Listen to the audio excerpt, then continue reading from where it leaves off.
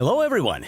Yeah, you didn't expect to see this, did you? I'm Dice, and if you haven't caught on to that yet, well, I don't know why you're here. So let's go ahead and get past it. Yes, this is my real face. I put it on this morning. But what we're talking about today is going to be the new book from Talespire Games, Gal Dossier. Now, it came out on August 3rd, 2023, which was the first day of Gen Con. More on that later on, though. The main reason why I want to talk about this book is I once again got the opportunity to do previews for this leading up to the release. There's actually about 30 of them, and if you want to see them, look above. You can't really miss it. There's about, there's 30 in there, and hopefully you can get an idea of what you can see inside of it. But remember, they're only previews. They're not the real full thing. We're going to get into how much is in this book. Now, in total, there is 15 factions in Gal Dossier. And we're not talking only gangs. We're also talking about N54 News, we're talking about NCPD, even Trauma Team is represented in this game, which is awesome because you get an idea of the non-conflict side of stuff.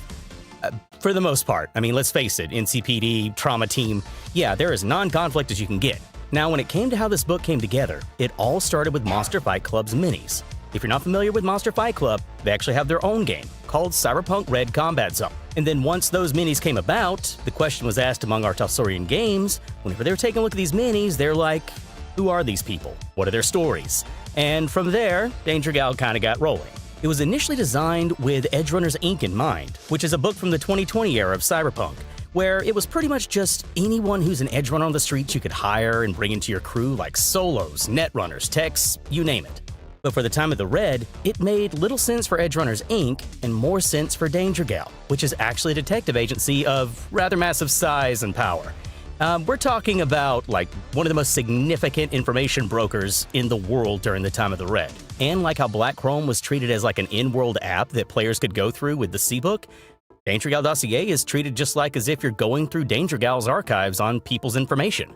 The true value of the book, though, to me, is being able to actually visualize the characters and the actual threads when it comes to style in the time of the Red. Not to mention the lore that goes along with it. And when I say lore, Gal Dossier covers a lot of lore. Like Black Chrome had lore hidden in almost every single weapon, Gal, in my opinion, blows it out of the park. And it also brings one of the most important things to it: motives. NPCs in Cyberpunk Red are not just your, hey, they're trash mobs, let's tear them apart. No, they're living people.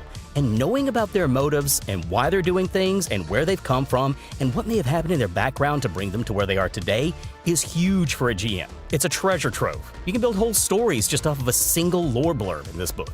Now, while Gal Dossier is mostly an NPC archive, it does have something big to use for GMs at the back. While Black Chrome had Economy 101, Gal Dossier has NPC guidelines for creation. Now, while the core rulebook does go really deep into how to do this, it doesn't hold a candle to what Gal Dossier can teach you as a GM to really add new things to your game. Now remember too, they're guidelines, not rules, okay? So have some fun with them too. There is also an adventure at the very back of Gal Dossier as well, called The Incident.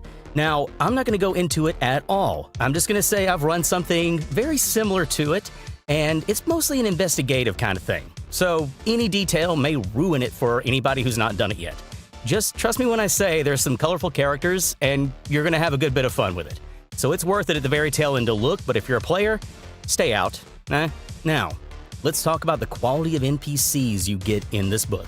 And I'm going to use Wakako here to pretty much give you a rundown of how good they come out. And yes, it's that Wakako Wakata from 2077. This is her in 2045. And yeah, there are some bits here hidden. Why would I show you everything? Go get the book. Now, in Cyberpunk Red, when you're just wanting to keep things simple, you may write out a very basic little thing with a combat number. Now, combat numbers are mostly seen when it comes to net running, like with demons, and you may see it in small NPC things like backup for lawmen. But that's not the case at all with the NPCs you get in Gal. Every single bit of an NPC is fleshed out just as you see here. Stats, skills, cyberware, weapons, if anything's been tech upgraded. Heck, I mean, there's even little things where they have their own little flavored weapons. Like, for example, there's this guy called Paddles who attacks with, zzz, but what they actually are stun batons. So you can actually see how the makers of the book really had some fun with what they can do.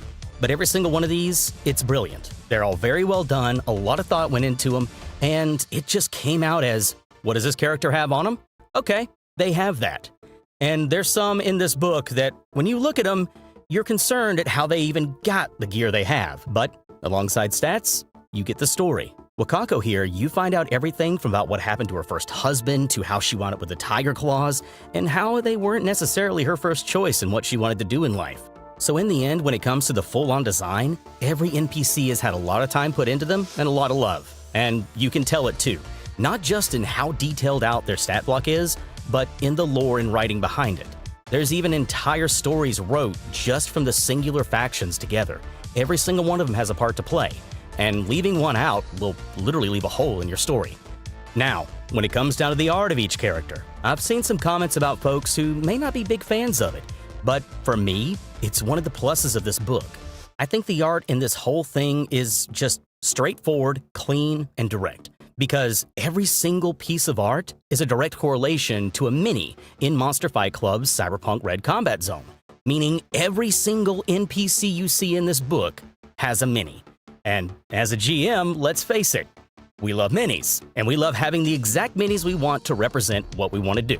So if you want to use Wakako, you go get Wakako. If you want Too Tall and Paladin from Team Monster, you go get Too Tall and Paladin.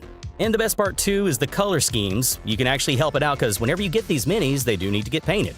So there you go. Got a color guide for painting too. You can't really go wrong with something like that. And I'm also a fan of inked, sketched, and comic book style art. So I'll admit I'm a little biased to how the art came out in this book. While I did like how Black Chrome's was set up, this is more my style, so count me biased for that, okay? Now, some personal notes about this book from me. I was actually at Gen Con 2023 when this book was released. It was released on the first day of Gen Con, as I said earlier. And I was actually working there with Talespire Games as a volunteer. And I also got a PDF in advance to really go through them and, pick out the previews as I spoke about earlier. Now, other than that, nothing really much has been exchanged, just so you know. But whenever I was working the booth, I was pretty much keeping in mind whenever I had people coming up. There was a ton of new people coming into Cyberpunk Red, and they all asked the same question.